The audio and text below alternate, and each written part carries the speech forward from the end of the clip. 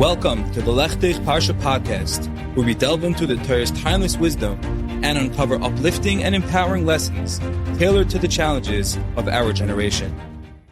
A good dinner of Shabbos, Parshas Ki Setzei Tavshin Pei Daled. I hope you're doing well. I hope you had a wonderful week. This week's shir is sponsored by two of my great, wonderful friends, Rav Binny Wiederman and family of Havishton, New York, as a schus of Hatzlacha for all of Klal Yisrael, as well by my dear friend Rabbi Yaakov Rosenstock and Mishpacha of Monsey, New York, Le'ulei Nishmas, Bela Bas Eliezer and Gittel Bas Edel. May their neshamas have an aliyah. Yontif season is coming up. Yom Roim, Sukkot, Shabbosim, the New Year. There's many opportunities, Baruch Hashem, for dedications, for sponsorships. Please don't hesitate to do so. I encourage you. Please reach out to take a week, to take Yontif. Please reach out to 845-367-2959 to sponsor the weekly and the Yontif editions of the Lechtich publication and podcast. I hope to hear from you shortly. Rav Moshe Feinstein, Zecher Tzadik, Kadosh Livracha, was the unanimous Posek Hadar for America of the 20th century. It was his address where the world's most complicated, complex shilas would come, often revolving even around life and death situations. His Rebbetzin once remarked, "To be going like my husband is indeed very difficult, but to be a mensch like he was, that was within everyone's reach." There's an unbelievable story that would make us doubt if it's possible to even reach his level of menschlichkeit, but the Rebbetzin said we could. So I want to share with you this incredible story, mind-boggling, was heard from Reb Simcha Bonham Cohn of Lakewood, New Jersey. He said it on a Vayimayin video, truly incredible, and the story goes as follows. Reb Simcha Bonham related the story he heard b'shem Reb Tovia Goldstein, who was a neighbor of Rav Moshe. Reb Tovia and Rav Moshe were neighbors in the east side. And one day, Reb Tovia saw another Rav in town, came and knocked on Rav Moshe's door. And he went in for a few minutes, came out, and left. Now this Rav wasn't any Rav. This Rav was once publicly mevayish Rav Moshe in a very terrible way, in front of a large gathering about one of Rav Moshe's halachic authorities, and he owed a tremendous apology to the Gadol Hadar, to the Posek Hadar. So when Reb Tovia observed that this Rav came to Rav Moshe's house, he saw him running up the stairwell, he heard his knock, and heard he was there for a few minutes. For the kavod, for the dignity of Rav Moshe, Reb Tovia just wanted to affirm. He wanted to just make sure that the reason why this Rav came was to beg and plead for Rav Moshe's mercy, that he should be meichel him for the terrible chutzpah, the terrible azus that is mevayish the Gadol Hadar berabim about a halachic psak. So Reb Tovia ran up the stairwell, ran to Rav Moshe's house, knocked on his door. Rav Moshe welcomed them in. They sat down, and Reb Tovia said, "Rav Moshe, Gadol Hadar, Yilamdeinu Rabbeinu, tell me, I just want to make sure, I'm sure that the reason why this other Rav in town came to you was to ask you to beg for mechila, and to do whatever he could to possibly obtain your forgiveness." And Rav Moshe looked at him and was silent. And Rav Tovia said again, "Rav Moshe, please tell me, just confirm these details. I'm sure that the reason he came is to ask mechila." And again, Rav Moshe just looked at him, smiled, nodded. And Rav Tovia already was sensing that obviously there was something wrong, obviously something didn't add up. And for the third and final time, he said, "Rebbe, can you please just tell me that he asked mechila? Because if not, I will demand retribution. I'm going after this Rav, this chutzpah neira that he displayed in front of a mass gathering. I'm going to make sure that he comes back here, and we're going to take care of it." And Rav Moshe simply looked at Reb Tovia and smiled and said, "I'll tell you the truth. He did not come to ask mechila. He did not come to iron out his midas rois, his chelik of Gehenim, which may be waiting for him for being Malbin Pnei Chaver Barabim. In fact, the reason why he came was because he just recently had lost his job. He had just recently lost his parnasa, and he came to me to ask for a michtav hamlatza, for a letter of approbation, so he can get back on his feet and go find another source of income." Not even entertaining the option that Rav Moshe actually wrote out the michtav hamlatza. Reb Tovia was waiting. Rav Moshe saw the anticipation on his face, waited silently until Reb Tovia said, "Nu, Marenu, you gave him the Michtav Hamlatzah? And Moshe said, how can I not? Of course I gave him the Michtav Hamlatzah. And Rav Tuvia jumped out of his skin. And he said, Rebbe, he said he was Mevayishu Barabim on a Psak Halacha. He said, how is it possible that not only didn't you demand a Mechila, not only didn't he come, he didn't have the decency to try to make amends, to try to cover up the tremendous disgrace that he displayed in front of the Gadol Hadar, the Paisik Hadar. But when he came to ask you for a Michtav Hamlatzah, how is it possible that he wrote it out for him? How is it possible they were able to do this for him? And Rav Moshe answered calmly, with serenity and determination. And he said, Mi idea, who knows?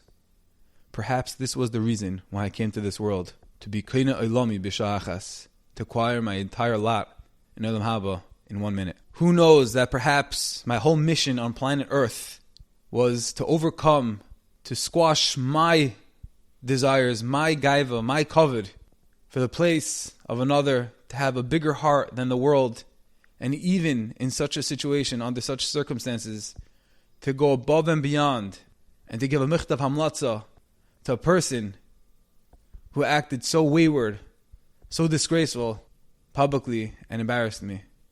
But I had the opportunity, I rose to the occasion, and that's why I gave him the Michtav Hamlatzah. There are so many lessons to be learned from this Maisa, besides the fact that Rav Moshe was the Gadol, the Paisik Hadar, he was the Baal Mechaber, Igros Moshe. He knew Kol HaTorah Kula, he was a walking Sefer Torah, he was a Malach Elikim Sar Tzvakos. And he thought that maybe perhaps this was the reason. He was probably late in his years, in his 70s or perhaps his 80s, and maybe after all that he accomplished, he was still cheshboning. Maybe this was the reason for this one instance, that maybe that was his ticket to Olam Haba.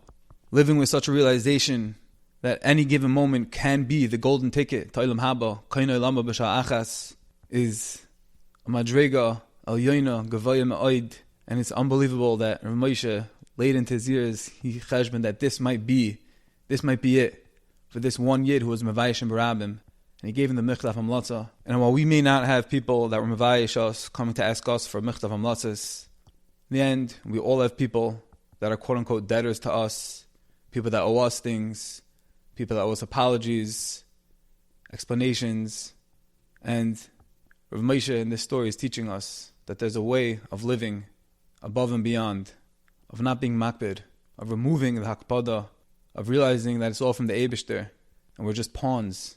And as hard as it is, and it's very hard, to live like that, and to realize that any given opportunity might be that opportunity of Kaina Olam B'Sha'achas, it's possible. We can rise to the occasion, and if it's not every time, we can do it sometimes. And if it's not sometimes, even one time, we heed to the call, rise to the occasion, and we can all be Kaina Olam B'Sha'achas. What's the aside? How do we always live and be cognizant of this truth? There is no one answer. It's a lifetime of dedication to Torah. It's a life of dedication to bitachon and to work on one's midas. But in this week's parsha, we definitely find a Pesach, an opening, which we can attach ourselves to and remind us in these type of situations that can hopefully help us overcome challenges that ordinarily we would say, not for us, but instead we can look at it and say, maybe it's my opportunity, maybe it's my shachas, my golden ticket to Olam Haba.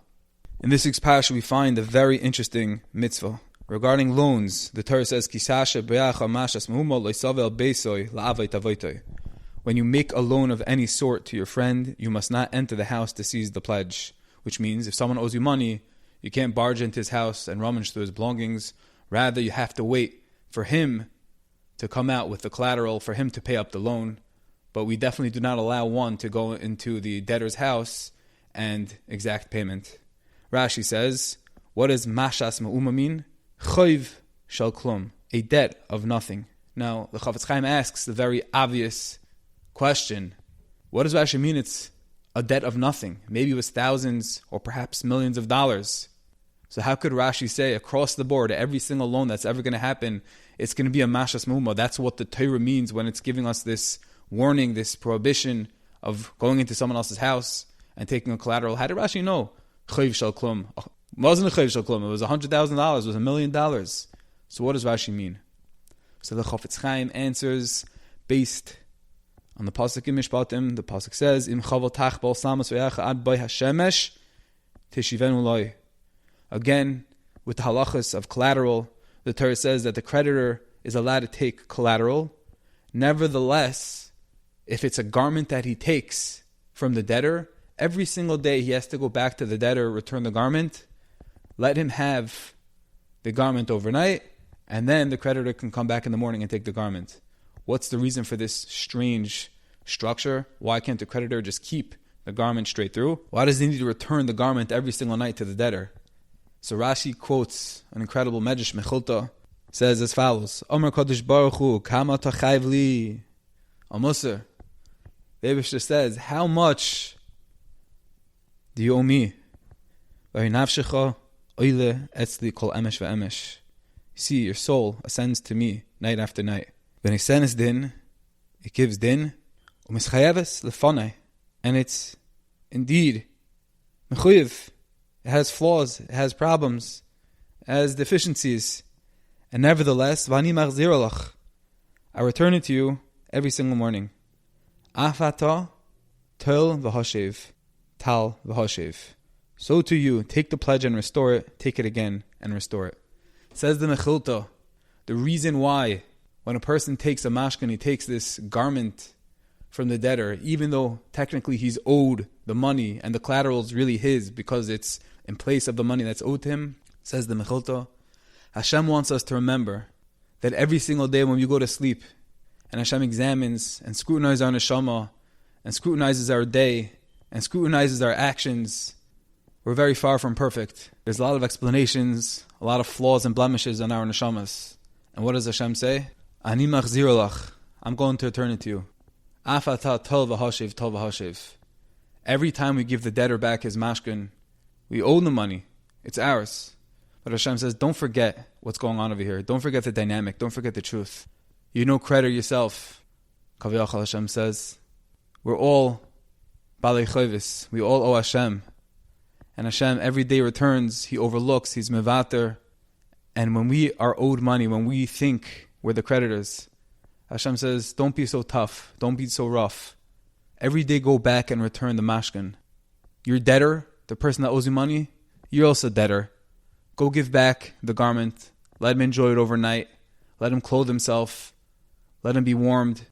And that's the reason why even though a person has an outstanding balance and he takes the collateral every single day, Hashem doesn't want us to get too comfortable, to get too haughty on our high horse, that we're the creditor, we're owed money. Hashem says, go give back the mashkin and remember that every day I do the same exact thing. I'm giving you back the mashkin.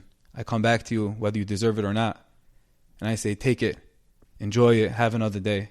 And Hashem says, you act the same way with your peers in your interpersonal relationships, and you do exactly the same. Like I am a rachum, like I am a chanun, you too be a rachum, you be a chanun. And that's the reason behind this mitzvah. Coming back to our Parashas Mishpatim, the Torah says, it's a mashas me'uma, it's a chayv of nothing. Says the Chafetz Chaim, of course it's not nothing. Of course it could be hundreds of millions of dollars perhaps. But the Torah says, it's a chayv shel klum, it's a chayv shel mashas me'uma. It's a chayv of nothingness. It's a chayv of futility. It's a false acquisition because we are all debtors. We all owe everything to the Eibishter. And the Eibishter is reminding us, the Torah is telling us that when you have a chayv, when you have a balance by your friend, and you want to go and ring him and take him and squeeze him for every last penny and put him under pressure and go through his belongings, the Torah says, stay outside. Be a mensch. You might think you're a creditor, but you're a debtor. Don't forget. Every single day, Hashem says, I'm giving you back your neshama. I'm giving back your mashkin. You do the same. You be nice. You treat others with dignity and kavod and honor, just like I do for you. While the Torah over here is talking about money, monetary obligations, relationships, this l'chayra applies to every type of chayv that we think others have toward us. As we go into El, we're going through El, and we're coming closer to the Yom HaDin, we have to remind ourselves, when we think we're creditors, when we think other people owe us things, whether it's money, whether it's kavod, apologies, they wronged us. Yes, it would be nice if everyone can come back and be nice and make amends and apologize and explain. And we feel there's so many loose ends and we don't have closure on things. But at the end of the day, Hashem tells us, Mashas Ma'uma. Hashem has our mashkin and He returns it to us every single day without any hakbada, without any questions. Rachmanas, that's boundless, doesn't scrutinize, doesn't hold grudges, and Hashem wants us to act the same. And as we're approaching the Yom Adin, and we want to come and have a righteous, prosperous psak, and we have to do things to show Hashem that we're emulating His way, is there any greater opportunity during these days especially to be vatronim, to overlook, to be empathetic, to forgive, to forget, to move on? Like if Moshe was able to do that on such a high level, even when the person was Mavaish and Barabim, and he was the Paisik, the Gadol Hadar, he embodied this midah of realizing it's a mashas ma'uma, it's a chayv of nothing, because who am I, what do I have? He looked at himself in relationship to the Eibishter and he realized he has nothing. Yeah, he's a creditor, someone owes him an apology, but he realizes he's a debtor, because he owes the Eibishter everything.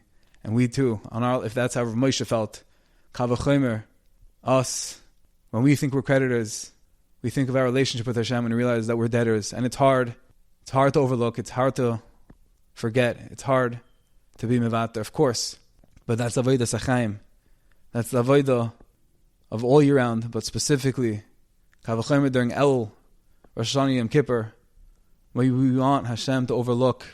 Now is the time where we can do the same for Him, emulate Valachta B'drachav, and instead of exacting payment and being makbid on others, if we can overlook, if we can be mevater, if we can say, I don't know why this person did X, Y, and Z. I wish he gave me an explanation.